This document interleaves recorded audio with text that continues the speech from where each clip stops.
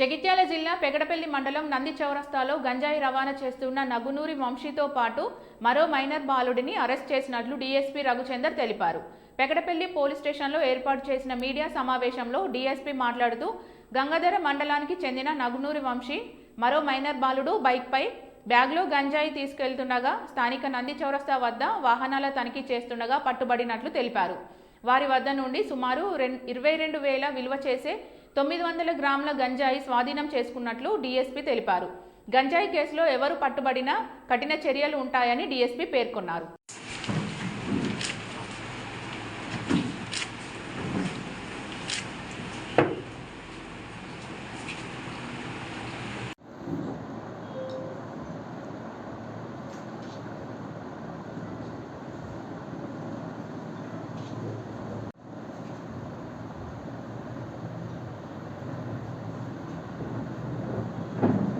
మూడు 2024 రోజు మన పెగడపల్లి ఎస్ఐ గారు తన సిబ్బందితోటి వాహన తనిఖీ చేస్తుంటే ఒక 2 వ్యక్తులు బైక్ మీద వస్తూ పట్టుబడతారు.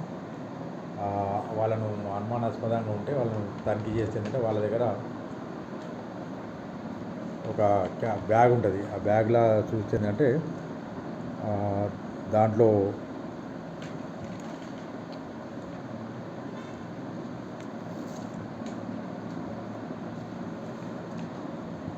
$900 గ్రాముల గాంజా ఉంటుంది. వీళ్ళు ఎక్కడికి వెళ్ళి తీసుకొస్తున్నారని అడుగుతుందంటే ఇతడు ఈ ఇడుగునూరి వంశీకృష్ణ, ఇతని కుండయ్యపల్లి గ్రామం, గంగాధర మండలం.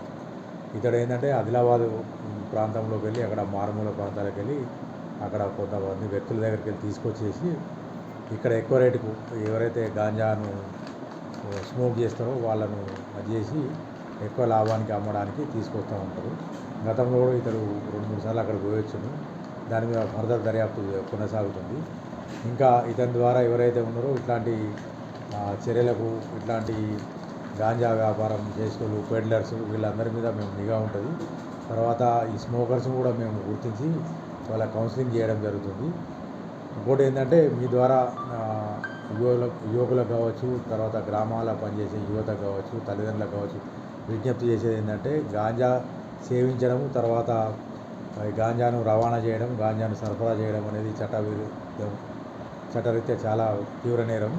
కాబట్టి గ్రామాలలో మనం గాంజాని అరికట్టాలంటే ఏంటంటే ఇట్లాంటి గాంజా సేవించినా కూడా తర్వాత అమ్మినా మాకు సమాచారం ఇస్తే ఏంటంటే వాళ్ళ పేర్లు గోప్యంగా వస్తాము. మేము వారి మీద పటిష్టమైన చర్యలు తీసుకోవడం జరుగుతుంది.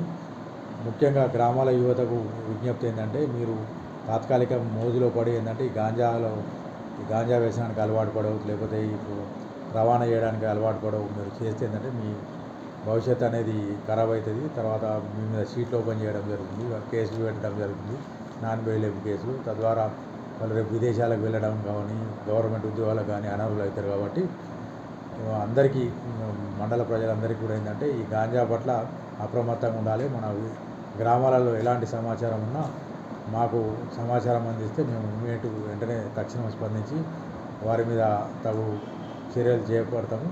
ఇది మా జిల్లా ఎస్పీ శ్రీ సంప్రీత్ సింగ్ ఐపీఎస్ గారి ఆదేశం ప్రకారం మేము కూడా రెగ్యులర్గా నిరంతరం వాహనాల తనిఖీ కావచ్చు, ఇంకేదైనా కూడా అన్ని రకాల చర్యలు తీసుకుంటున్నాం గాంజా అరికట్టడానికి. ప్రజలు కూడా ఏంటంటే మాకు సమాచారం ఇచ్చి మీరు ఈ గాంజాను అణచివేసే క్రమంలో మీరు సహకరించాలని విజ్ఞప్తి చేస్తున్నాం.